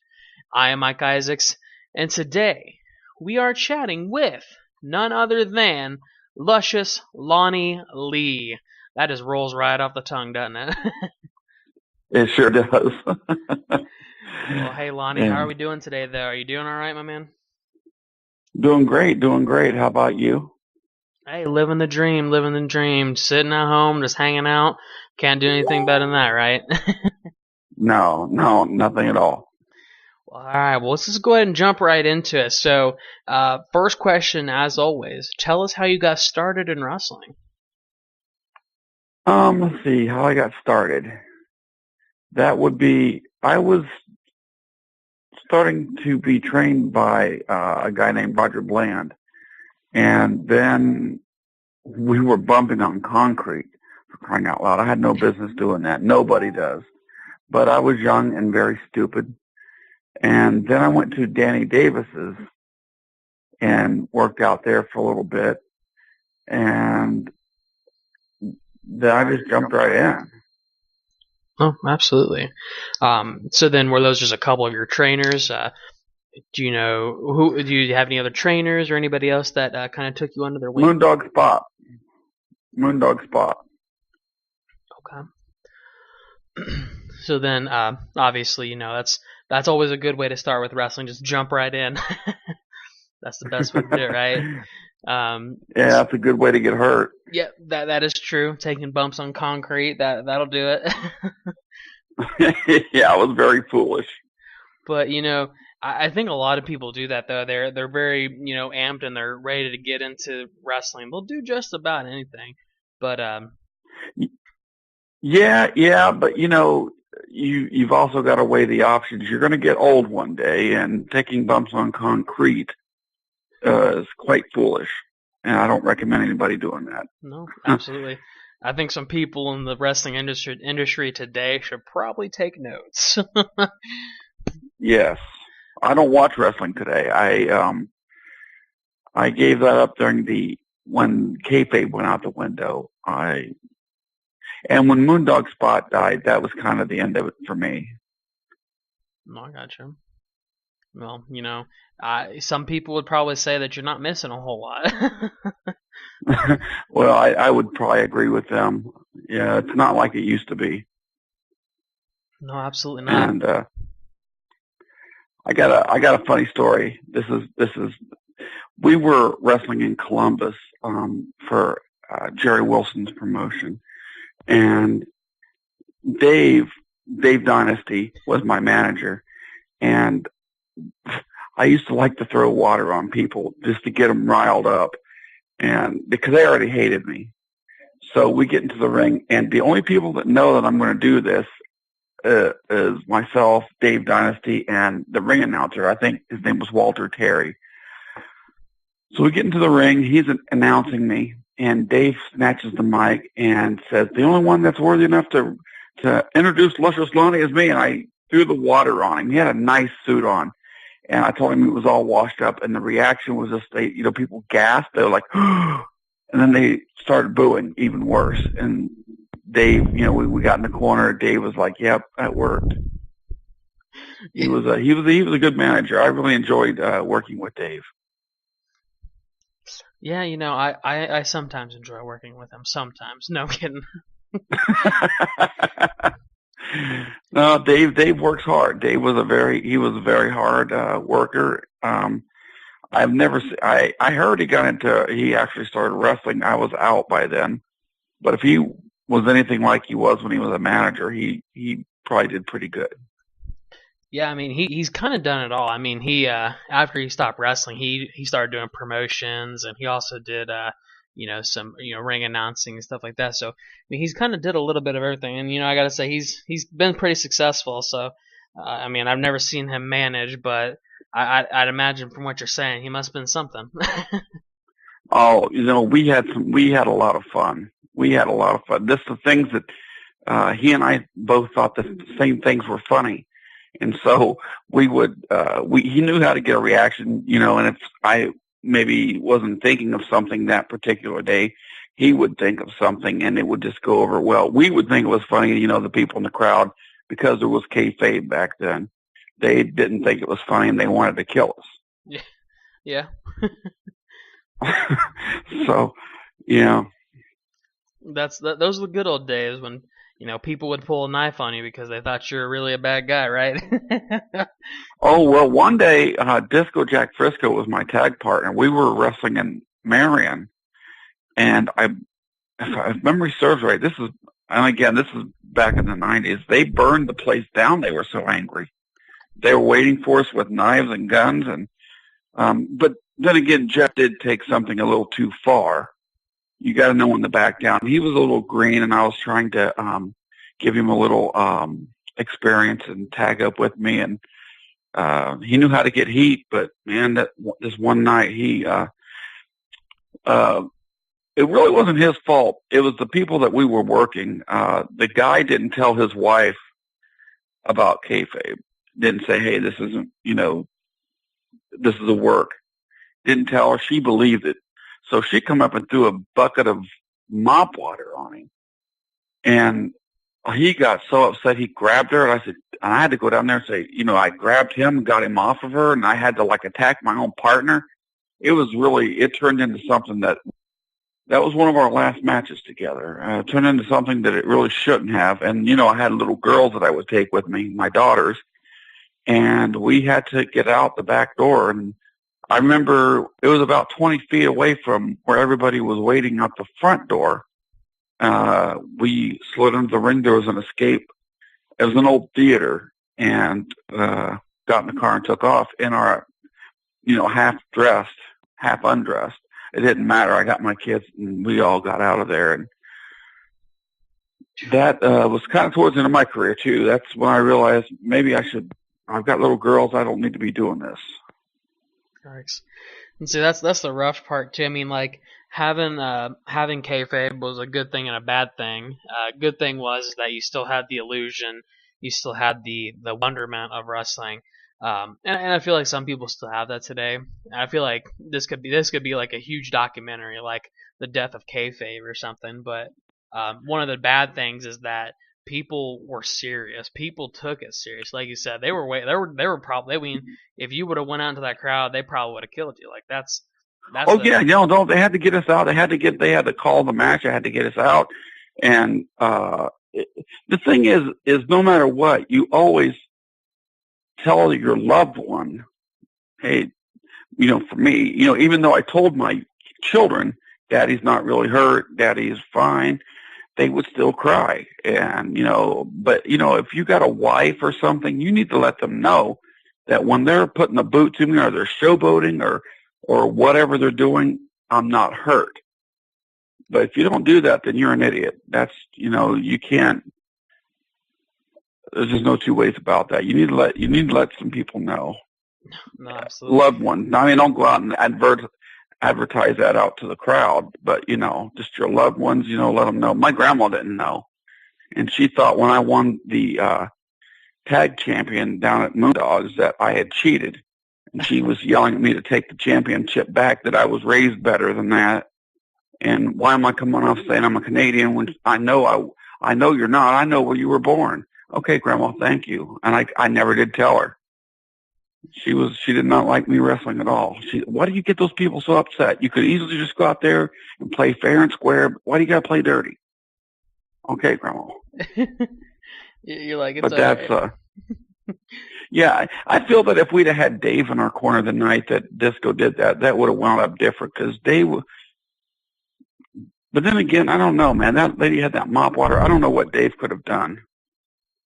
He would have found something to do. He always did. He would have made something out of it. Yeah, he's pretty resourceful. I remember he when he would do some promoting and stuff. I remember a couple times, somebody get a little bent out of shape, and he'd find a way to smooth it over, But and then maybe I wouldn't have to drive back up to Marion to give a deposition to the police department, right, as to why the place burnt down. So yeah, and again, I went to Memphis and worked for, like I said, for Moondog Spot. That was for me. That was such an honor to. When that all came about through Hoosier Pro too. My match didn't show up, and Jerry Wilson come and asked me to. I don't know. Dave may remember this. I think he was managing me at this time. I don't remember. But he asked me if I would have a problem putting a woman over. No, because that's goofy. I mean, that's what my favorite wrestlers growing up were, the honky-tonk man. People that were silly, just goofy. It's all about showmanship, and I'll get into my band later, but that's the same thing. It's showmanship. So yeah, I'll go out and put a woman over fair and square. She pinned me. She did a sunset flip over into the ring and put the boot, pinned me 1, 2, 3. I got up, put the boot to her. Jeff and Dave come out. We put the boot to her, and that was it. They took the tape to Moondog. This is making a very long story short. And I got a phone call asking me if I could come work. I said, yeah, absolutely. Wow. I mean, and just in that little brief amount of time, like that was a lot of stuff. I mean, when you're talking about all these different promotions, different matches, different happenings, such as you burn the place down. I mean, that's a pretty incredible. No, I didn't burn the place down. The people burned the place down. I was innocent. You're like the statutes of limitations aren't up. Let's not get this confused. Yeah, I don't know about it. Yeah, they're probably now. It's been over 20 years ago, I think. My daughters are grown now. So yeah, that's still crazy though. That is insane. But so we've talked a little about the good. We talked a little about the bad. But I mean, you told us some like some cool stories. But what do you miss about wrestling? I mean, I'm sure you don't miss getting your life threatened. But what do I miss about wrestling? Well, and it's not like this now. I miss listening to the stories of the veterans that had been doing it. You just sit there and listen to some of the things that they're saying, and some of it's pretty funny, some of it's not so funny, but you learn. I learned some of the stuff that I knew in the ring, like when Rip Rogers got me in a battle royal.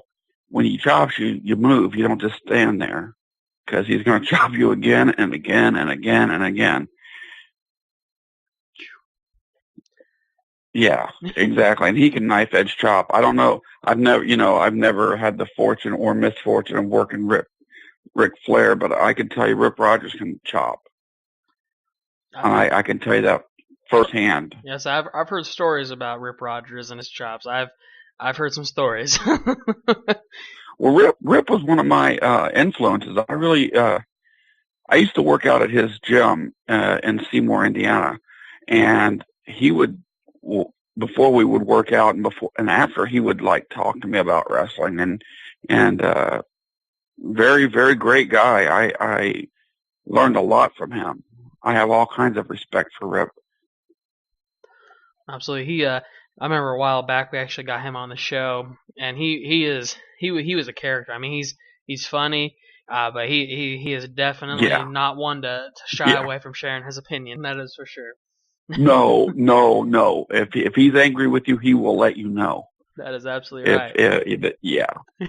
If he's very opinionated, but that's Rip. That's what makes him who he is. I wouldn't like it any other way. I don't think anybody that knows Rip would. No, absolutely. He's a great wrestler. He's a great worker. I don't know if he still is or not. I've been out of wrestling so long that I don't know what's going on and what's not. Well, like I said, not a whole lot. Yeah, I kind of got that. But, from what I understand, it's still going on. Oh. It's still on TV, and it's still, I haven't watched it. I don't, it died when and I was down in Memphis when they did that. Those poor people, I don't know if they knew, I don't know I think they got angry. I think they got very angry because from what I understand from just listening to some of the guys talking, that the attendance started dwindling a bit. They took that seriously. No, and I mean that's one of those things too. I mean I've watched a couple different little documentary type things, and there was something I watched. It was like talking about how the territories and how the big promotions were affected when they kind of lifted the veil and everyone realized that this is choreographed, or this is pre-planned, or people were like, oh wow, they're not just going in there and actually killing each other. I mean, it's crazy to think that there was that time period, and then when that was stopped, when they're like, oh yeah, by the way, it was just like a steep incline. You know what I mean? Yeah, well, Vince McMahon put the knife through wrestling's heart when he did that. He killed wrestling doing that. There's no doubt about it. And, I don't know if I think it even affects the way people act in the locker room today. I did matches. I came back for a little bit, a very brief period. I did like 10 matches, and just the lack of courtesy and respect in the locker room was horrible. I sat by Bo Brazil Jr., and we were just both shaking our head. People want to go out and they want to smart off and run their mouth, and then they want to go over. You can't do that. That's idiotic to think that. Back in the day, you would have wound up with the building burning down and going back up there to talk to the police as to why you're innocent in this whole affair. And weapons. That's crazy. So, it's like their whole deal, I think from what I understood for that brief time I came back, people were so interested in going over. They're marking on belts. It's like this little skinny guy was going around with a belt around his waist in the back. If Rip or somebody, can you imagine what would happen if Rip were there and saw that, or Dutch Mantel would have saw that? Oh my gosh, they'd have ripped him. He'd have been crying. I can only imagine half the things that I see happen. Rip saw it. I mean, literally, I've only talked to him probably twice, and I can already hear it in my head, just the absolute tyranny that he would rain down upon somebody. Oh yeah, and the salty language. He would make you feel like you were 2 inches tall, doing stuff like that. Rip really loves wrestling. He lived it. He breathed it. He's been all over the world. He's done this all over the world. He made a career out of it, a great career. Oh, yeah. Absolutely. Very few people can do that, but he did. He did. Right. Yeah. So, like I said, I don't even remember what year it was. It was right after Moondog passed. I let it go, and recently I moved to Cleveland, Ohio, and I've played music since I was 13 years old. I started playing the bass guitar, and I really love it. I also played drums and guitar and some other instruments. But I this band and called Blackjack Symphony, and we recorded an album. It's doing pretty well. We have a relationship with a record label. We're not signed yet, but we've opened up for some pretty big names, and we've got a tour coming up this summer, and we're playing a big festival as well as recording our second album. Very awesome. Very awesome. And going back to wrestling, people saying, "Oh, it's we do have choreographed moves." It's kind of people come to see a show. So, I always think of this when I'm putting on my outfit, my stage clothes. I'm always thinking, man, just a few years ago, I was putting on wrestling tights instead of these leather pants, these heavy leather pants. But yeah, it was a lot of fun. I had a lot of fun with Dave. Dave was my favorite manager, and that's being straight up. We had a lot of fun together. Yeah, he's not too bad. I'm a little iffy on Dave Dynasty. No, I'm kidding. Well, that's what the ladies say too. Yeah. No.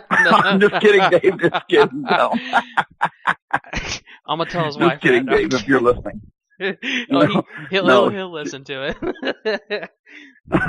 Dave, I'm just joking. You know that. He'll come back with something smart, and he's got my number now, so he'll probably prank call me in the middle of the night. Yeah, is your refrigerator running? Yeah. Yeah. What's the other one? Prince Charming in a can? You better let him out.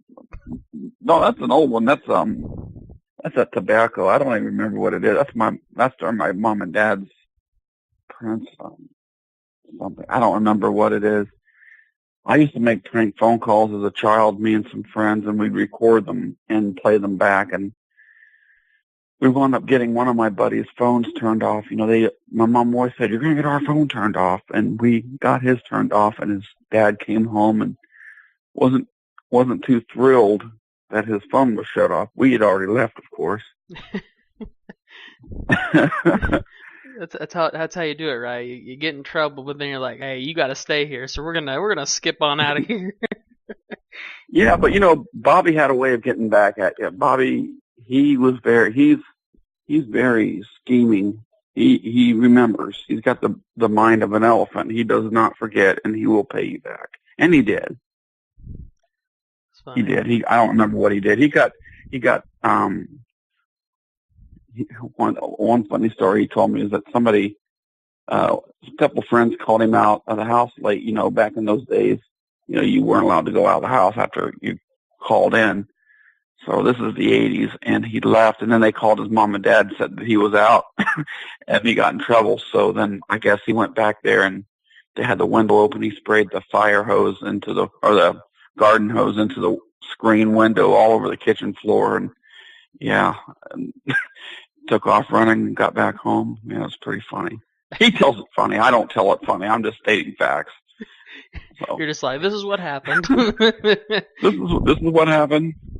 Today, I was not involved in that. Yeah, you're like, the statute of limitations have yet to be lifted on that one either.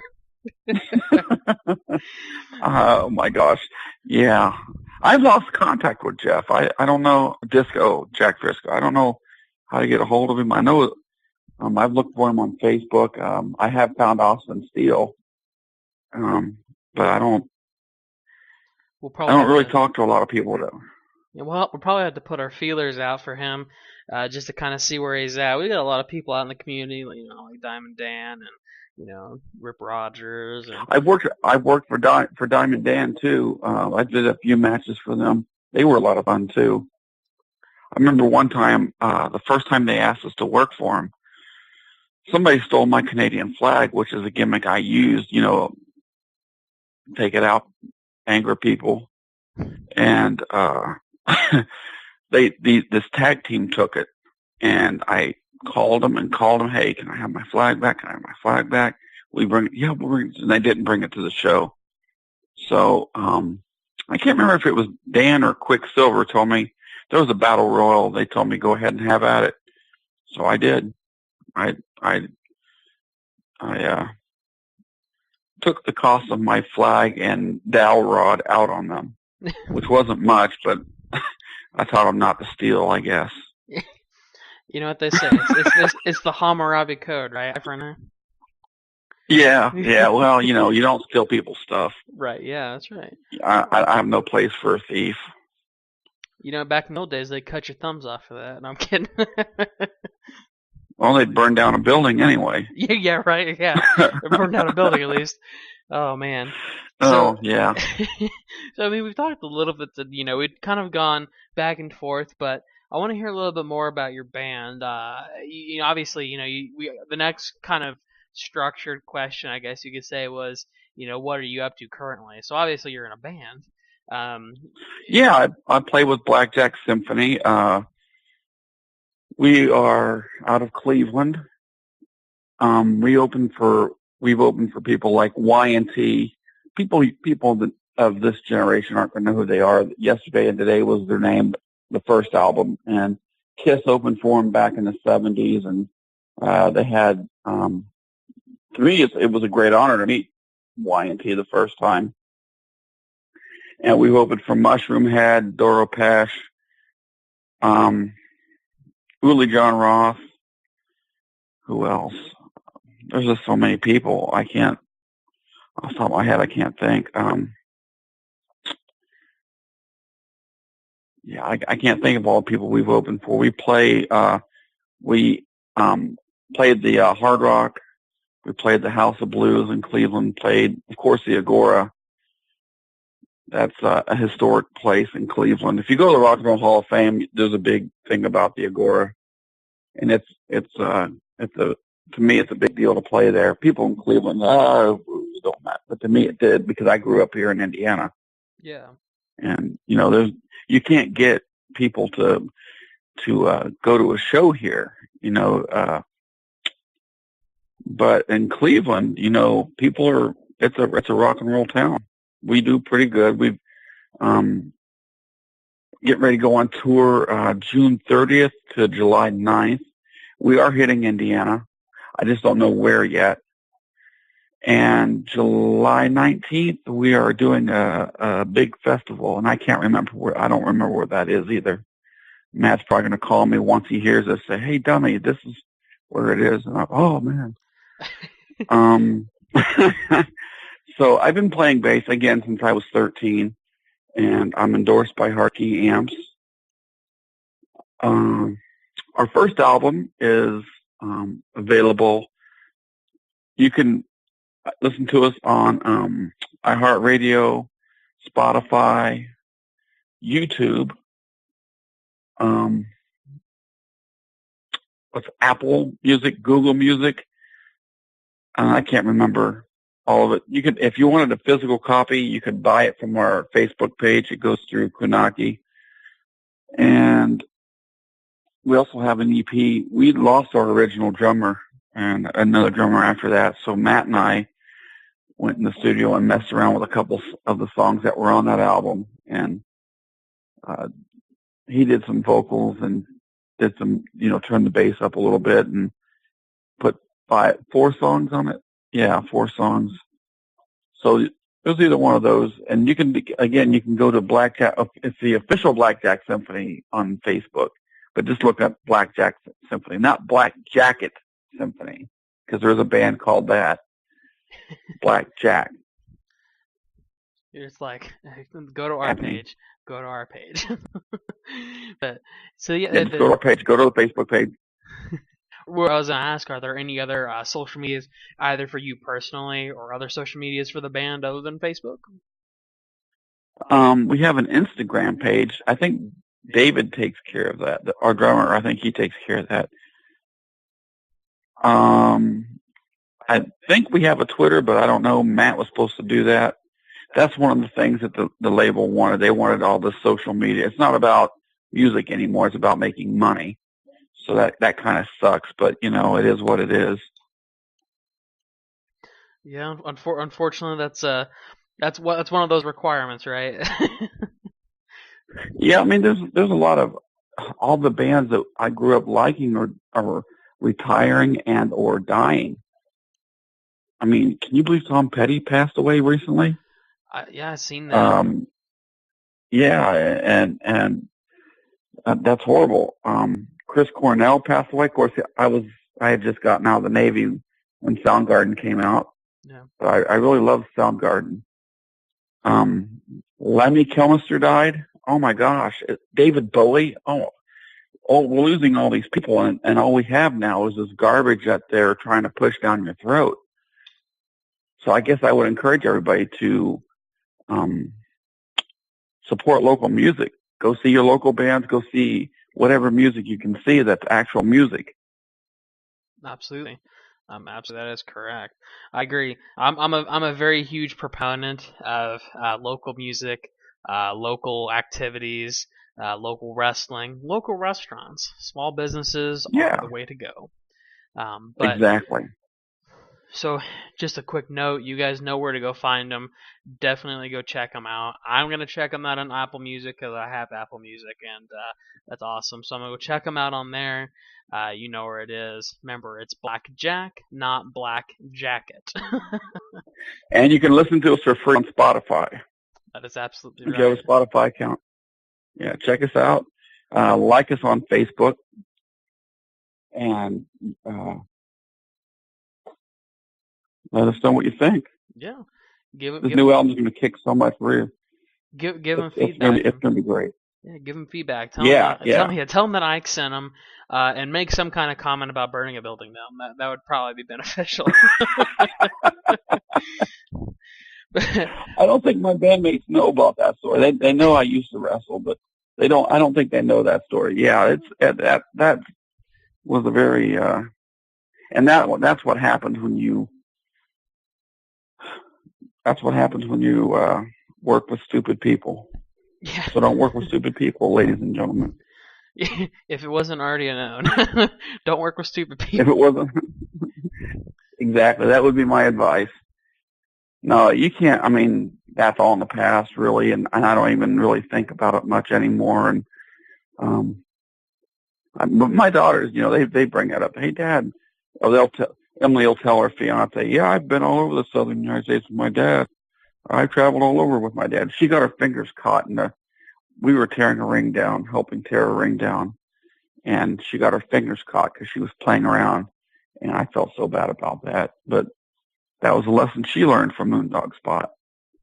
His grandchildren, actually, they used to tear it. They were children, like 10 and 11, tearing that ring down and setting it up. That was amazing, I thought. That's a lesson you never forget. Don't mess around with it. You get your fingers caught. Yeah, it's all fun and games till you get hurt. That's absolutely right.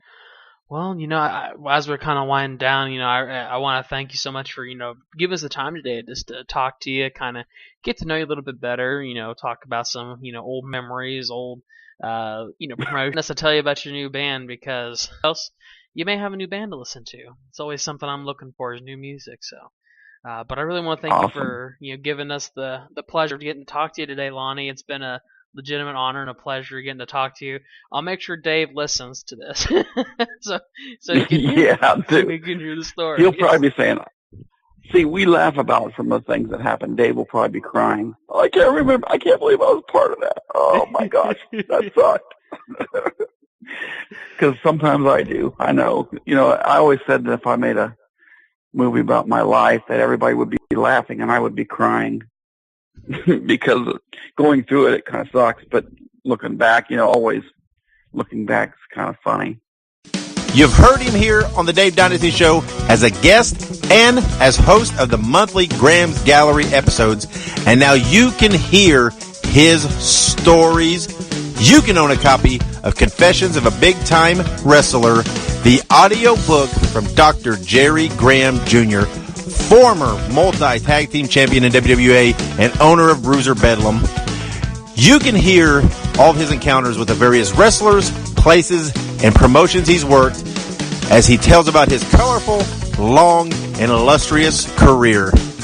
You can have your own copy for only $25, and that includes shipping and handling. It's very simple. Go on Facebook, look up Jerry Jaffe, Jaffe, send him a private message, and make arrangements to purchase a copy of Confessions of a Big Time Wrestler now. You will not regret this purchase. And we're back on the Dave Dynasty Show. Thank you to everybody for joining us. Thank you to Dalton Williams and Lucious Lonny Lee for being on. Go support those guys. Go check out Lonny. Look them up. Blackjack Symphony. Blackjack Symphony. Gosh, got a little tongue tied there. Go check them out. They're all over the place. They're on Spotify. They got their own pages. Check them out. Very, very cool band, doing cool things. Old buddy of mine, Lonny, doing it out there in a whole new world, right? But hey, as we all know, man, it's just a fine line between wrestling and rock and roll, right? And Lonny's Lonny's jumped that line, and now he's doing it in the rock and roll world. Woo! Having trouble. So go check him out and support him. Thanks to him for coming on. It was good to hear from him. Hopefully you enjoyed the Dave Dynasty stories. Of course he's got to bust my chops a little bit, but that's okay. That's cool. I like it. I dig it. I love it. Thanks, Lonny. And thanks again to Dalton for coming on. Thanks to all of you for joining us. Make sure you visit DaveDynasty.com. You can support the show through Patreon and PayPal me. Both those are at the Dave Dynasty. You can either make ongoing monthly contributions or one-time contributions. We appreciate that. You go to DaveDynasty.com. You can click on the Amazon.com and HighSpots.com affiliate links. Support us that way. Do the shopping you would always do anyway. No additional charge to you, but we get a little kickback and that helps. Or you can visit ProWrestlingTees.com, buy one of our shirts. That is a great, great way to support us. And any way you support us, all those avenues there, just a few bucks help, man. Just go out and just maybe pitch us a few bucks. Little impact to you, huge impact to us. Those contributions keep the show free. They help replace equipment, upgrade equipment, help us do things. We got lots of things we'd like to do. Some of these things have to have the budget to do them, right? So we appreciate your support. It seems like so little to you, to just throw us a couple bucks, but on our side, man, it's huge and we appreciate it. So make sure you support us that way if you can. And then of course, while you're at DaveDynasty.com, check us out on all the social media links. You can see or listen and hear all the podcast episodes, past and present. And everything's there, right? There's links there to some of the, Midwest promotions that we support, we love. As I said on the last episode, DaveDynasty.com is your central hub for Midwest professional wrestling. It is the home for the Midwest Express movement. We appreciate that you're a part of this. We appreciate that you're supporting us. We appreciate your help in networking and spreading the word about Midwest professional wrestling, past and present. That is our mission. That is our goal. We are glad you're with us. Woo! All right. Let's get out of here. I'm on a roll. I'm fired up. And, I'm ready to go though. Thank you again for joining us. And in anything you do in life, as always, be good, be safe, and keep on growing.